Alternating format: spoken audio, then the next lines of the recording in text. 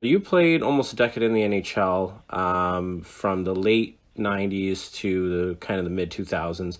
Was it Yeah. difficult being a backup goaltender? As typically, when you played, you were going either in to give the starter rest or typically to recover for a goalie that was injured. Uh, it's a good question. Uh, yes, yes, but it is our job, you know. But it's not necessarily because it's our job that it's easy.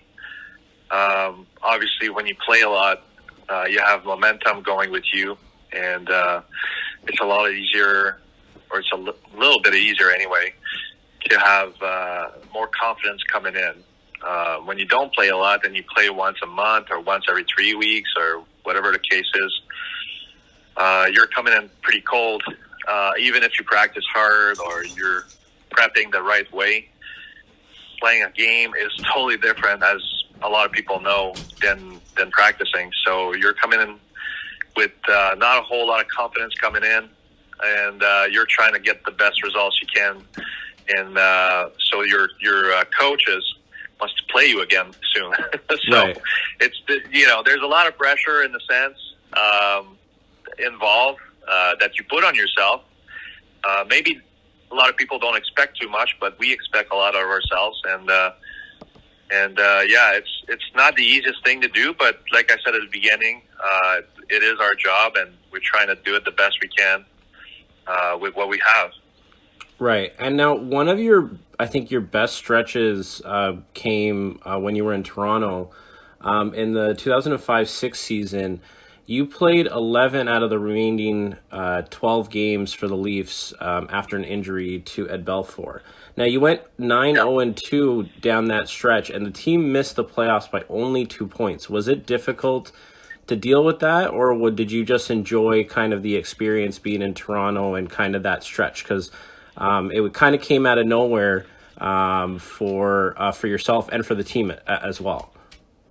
Yeah, yeah. So definitely, I mean, the year before that was a lockout year, Right. and so me and Talquist played in St. John's that year, and we both had a pretty good year that year. And we came in the camp battling for the backup spot, and Talquist was in the organization for a while, and I wasn't. So it was a pretty tight battle there. They went with the guy that they knew, right? Hmm. And it was tough because then I had to go to the Marlies and play there for a while, and then as you know, a lot of guys like me, or backups, or in between things like that, you strive on, on misfortune for other people. But so Balfour got down with an injury, and it gave me a chance to come up. And I didn't play the first few games I was there. I think Telly played against Montreal. It was tough.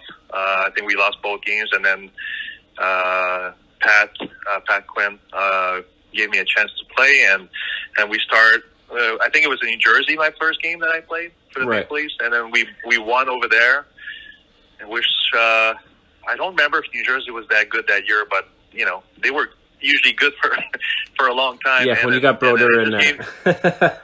yeah, so exactly. So it gave me some confidence there, and then he played me almost for every game until the end of the year, and I got a lot of confidence out of it. Felt really good in that, but I didn't even think about the standing so much at the time because I was so overwhelmed with what was happening that I was just focusing on trying to keep the streak going.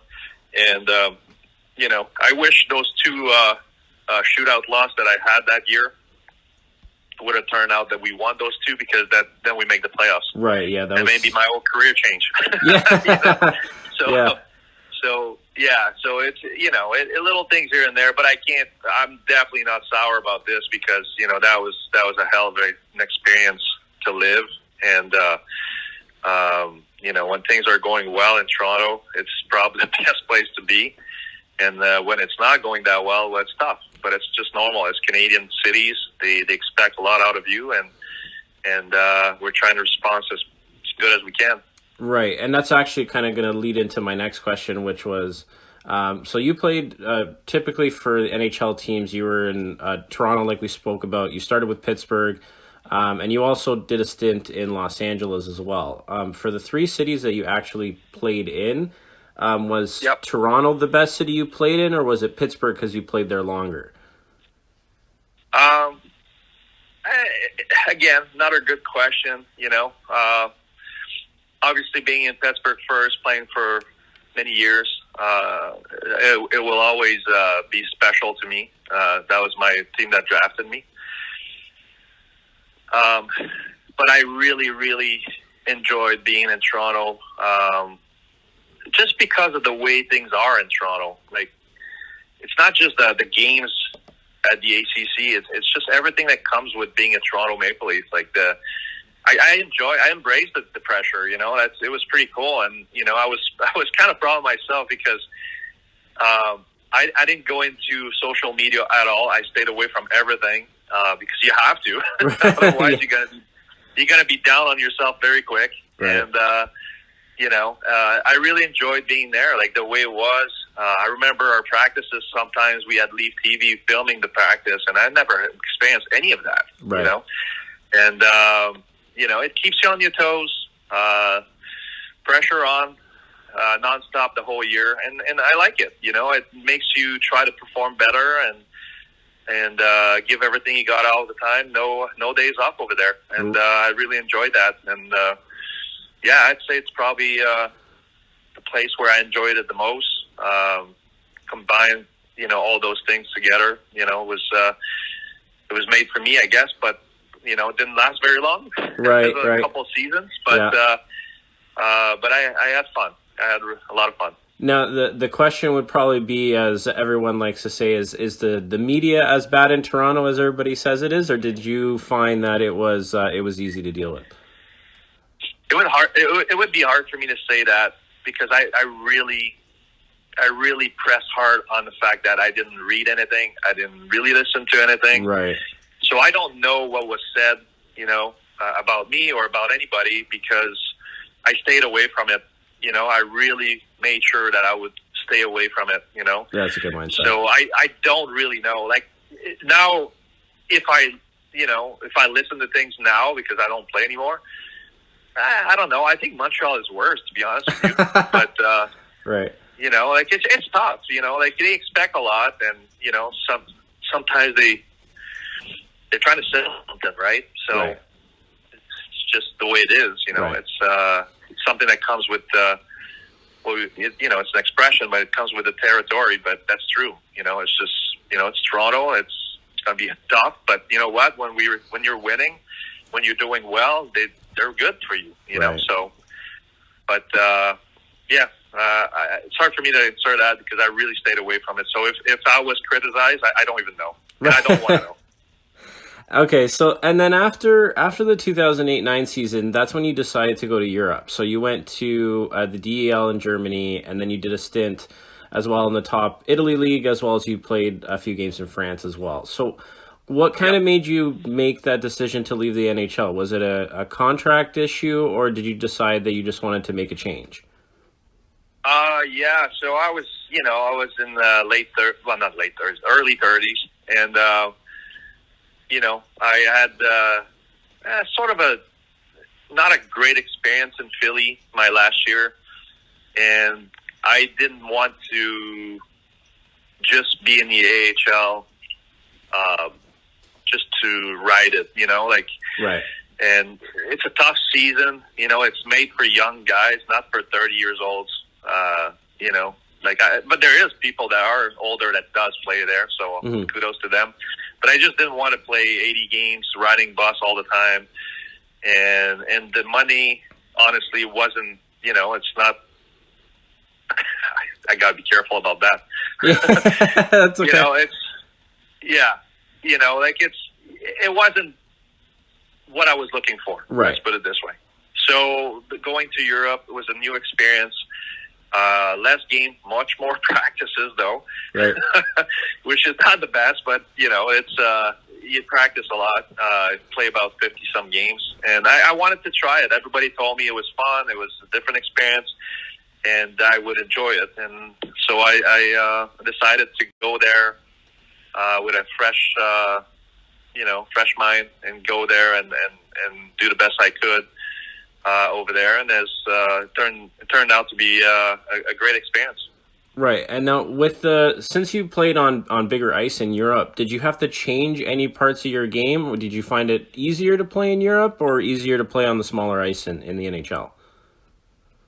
To be honest, like, I hear that so many times, and I've heard goalies complain about it too, and I don't understand it. Like, it's the bigger ice, smaller ice. It didn't really matter. Like, my angles, I didn't feel like it was much different. Like, you're setting up, positioning the way you're supposed to. So even if it's a bigger ice, it's just a fix of an inch, maybe. You know what I mean? Like, it's really not that big of a deal. Right. I don't see that it was necessarily easier for that reason. I think it was easier for me there because the skill level it might be just a tiny bit less than AHL, not Right. much, but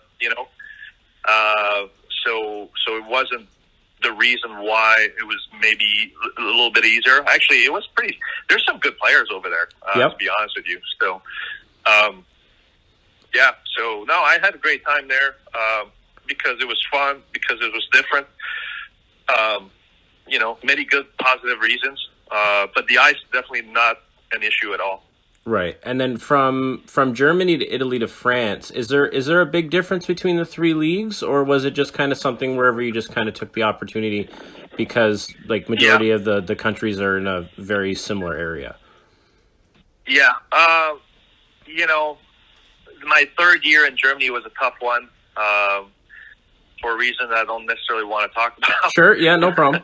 But it was a tough one, not necessarily for being a goalie and not being able to play hockey anymore. It was more about conflicts. And so at that point, you're older. It's harder to find jobs in the league because they all have their imports goalies, and most of them, they signed them for 2 years or something like that. So there wasn't any room there Right.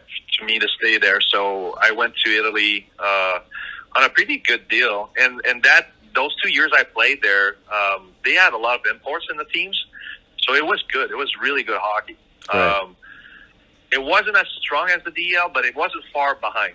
Like, Okay. the top two lines of Italy then was pretty good. Right. After that, it was a little bit of a letdown after that, but that's that's like that for every European leagues anyway. But so I went there, and to be honest with you, it was awesome too. Like, Italy, like, it's beautiful where I was, and we played in the rink where the end zones are open. Okay. So it was cold. Yeah. It was really cold. Yeah. And I blame 1 or 2 injuries there because of that. Right. When you get older, you can't get cold. Yeah. But it was a great experience.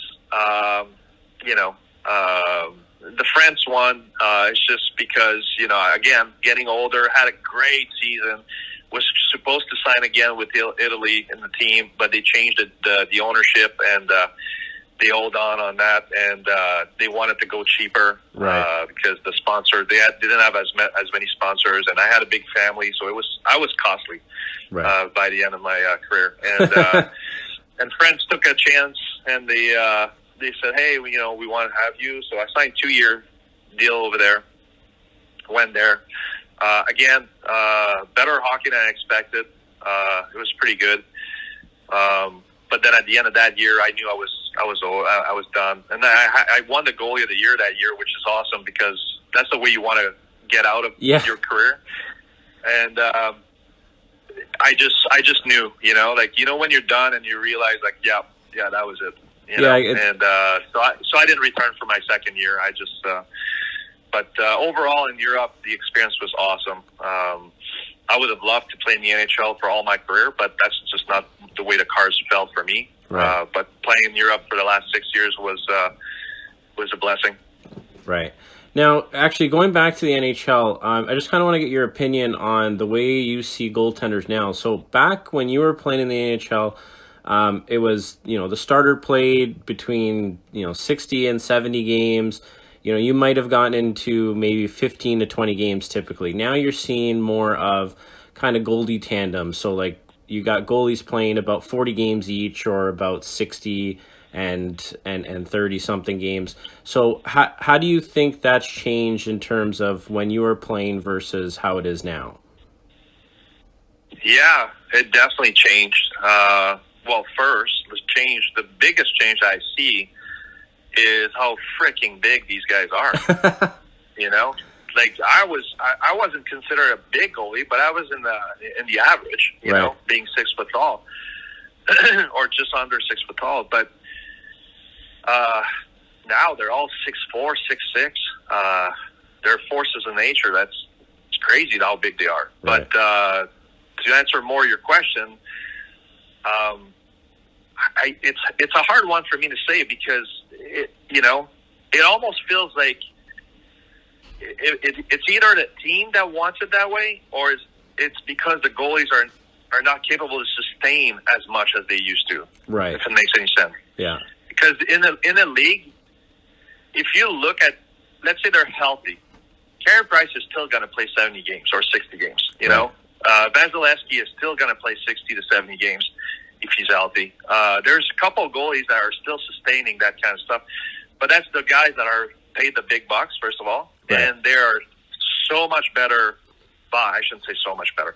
They're better suited for that kind of action, Right. and and then the other teams they just want two goalies that go hard, 40-40 or whatever the system is. Yeah.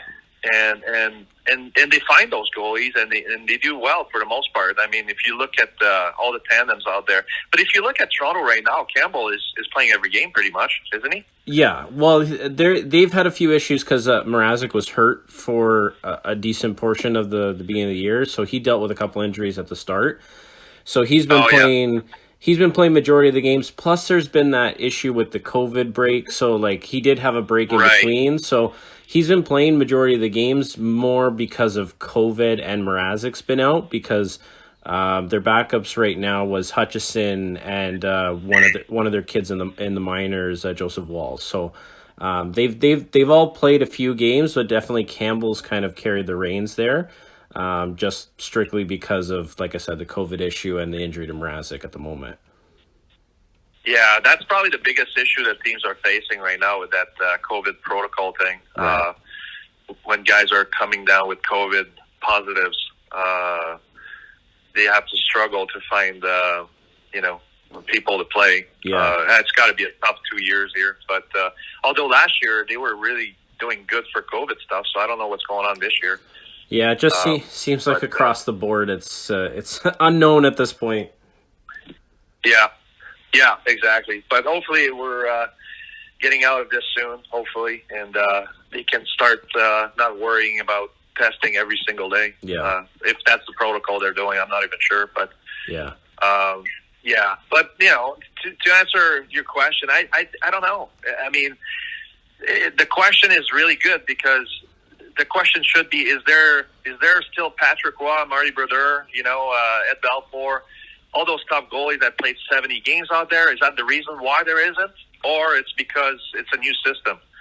I don't know the answer, to be honest with you. Yeah, from my opinion, it just kind of seems like it might just be the talent level of the game. Like, there's so many guys that are so good now, where there's so little spots to fill on the goalie side, and there's so many spots. Yeah. Of talent from, young kids coming up. Like, we got a lot of young players that come into the league right after being drafted. So there's a lot of 19 and 20-year-olds. And I think with all the speed of the game that's increased, I think it just gives goalies a break when it comes to kind of throwing in a capable goalie that can play, every 6 or 7 games instead of playing every 15 or 20 games. So I think that's kind of where the stem is. And I think it's a lot of teams trying to save their goalie for the playoffs. Like, if a team knows that they're going to make the playoffs, like a team like Tampa Bay, they know they're going to make the playoffs. So why are you going to burn out Vasilevsky before the playoffs, right? But I think that could be a little bit more of the situation as of now. Yeah. That the game has changed for sure. It's a lot quicker game. I'd have to play a couple games to understand it better. Right. You know, you gonna crack out the pads for the Olympics? Right? No, not at all. I don't think I fit in my equipment anymore anyway. But, you know, the thing is, you know, it's hard to say for goalies if the speed of the game really matters to them. You know, if it really made a difference, you would have to ask a goalie that was there in the early 2000s and is still there in 2022, which I don't think there is. No. But, you know, so it's just, it's hard. It's hard to know. Like for players, 100%. I mean, they are the ones that are skating crazy and super fast and all that stuff. Right. For the goalies, I just wonder if it really makes a difference. It might, but it's hard to say without knowing, you know, or without putting the pads on and knowing, oh yeah, it does make a difference, you know? So it's really hard to say that for a goalie, but I'd say, I think you're right. The goalies are ready to go when they get drafted, which is totally different than what it was 25 years ago. Right. You know, there was some that were ready, but for the most part, they weren't. Right. And just as Campbell came in late, you know, really late in his career. And he was a first round pick too. Yeah, exactly. Yeah. And it took him a while to get there, but he got there, and he's doing really, really well now. And you know, kudos to him to not quit. Yeah, you know, it would have been easy for him to just say, "Screw this, it's not happening." Yeah. You know, but he stuck with it, and now he's doing really good, and good for him. Right. But it's you know, it's a different system, I guess. They have goalies that are ready to go really soon. You know, and it might be because of goalie coaching too. When I played my years that I came in the league, I didn't have a goalie coach. I didn't have any goalie instruction before I got to the NHL. In a sense, you know, like, yeah, I did have some in junior, but I didn't have the special stuff that they have in the summer, that they have goalie coach following them all the time, and all that stuff that the goalies of today have. Yeah. You know, those 12-year-olds or 13, 15, they all followed by goalie coaches on a weekly basis. Like, I'd never had that. So maybe that's the reason why they're so ready when they get there. Right. You know, because they've been through all that stuff. But they are ready when they get in. And the first time I noticed that, it was in Los Angeles. I remember it in training camp. They had Jonathan Quick, they had Jonathan Burney, they had another guy, I can't remember his name. And we were in training camp, and I noticed, man, these guys are ready to go. Right. Like, they're doing really well already, like, which is not normal. No. You know, usually they're shaky, they're not quite ready, they're not up to speed, and they were. So we're talking about 11 years ago. Yeah. So maybe a little more than that, actually, 2008. Anyway, doesn't matter. Sure. But yeah, so, you know, it's a different game. I think that's the answer right there, is that they're ready to go early, and it pushes whoever is the starter, and by that means that they can play 30 to 40 games instead of playing 15 to 20. Right. So yeah, we came up with an answer. It took a while, but we got the answer, I think. Hey, it's as long as we get the answer, that's all that matters, right? Yeah, exactly. And then speaking of goalie coaching, so now that you're retired, so I see through your Twitter that you're doing goalie coaching yourself. Now, is that your own program in Pittsburgh, or did you link up with an organization out there? Yeah, so it's kind of I worked with the Pens Elite program, which is with the Penguins, you know, here in Pittsburgh. And I worked for them for 3 years, I think, 3-4 years, and then I went on my own. So now I'm on my own, and I do work at a facility that I work all the time. I do a few of their programs, things like that. But I'm on my own. I do, you know, it's all independent contracting, I guess I should call it. And it's been great. It's been great. It's you know, it's something that I didn't know at first that this is what I wanted to do when I was done. But the more I do, the more years pass by, the more I know that this is something I really enjoy doing. Right. And now I have a lot of goalies I work with, a lot of places that I go to, and it's been great. Hopefully, I get at the pro level eventually on that. It's not an easy thing to do. It looks easier than it is, but it's a lot of friend to friend to friend. Right. If you know what I mean. Yeah, yeah. And all the friends that I know, they're not in the game anymore. So right, you got to make some new friends. Yeah, exactly. I got to make some new friends, and it's not something I enjoy doing. Like I've been told many times, you got to go to that, and you got to do this, and then sit with these guys, and and sell yourself. Basically, I'm like, oh, really? I have to do that? So that's probably why I'm staying. I'm still here doing that kind of stuff. I'm not. It's not me, Right. But the job, I love the job, and it's great. It's great to see those kids improve on a regular basis and help them be better goalies. Right. And how else are you filling retirement? Pretty much it. I mean, it's a full-time job. Yeah. I usually do 5 to 6 days a week, so okay. That's what I do. Yeah. I tried the golf stuff at the beginning. not your thing? Yeah, no, I don't know. It's not that. It's just that, I'm pretty decent golfer, but it's not that. It's just that I was in the shop as a assistant pro, and you see people going to play golf all the time, and you can't. Right. You have to stay in the shop, and you have to do those kind of things. And I was like, no, that's not for me.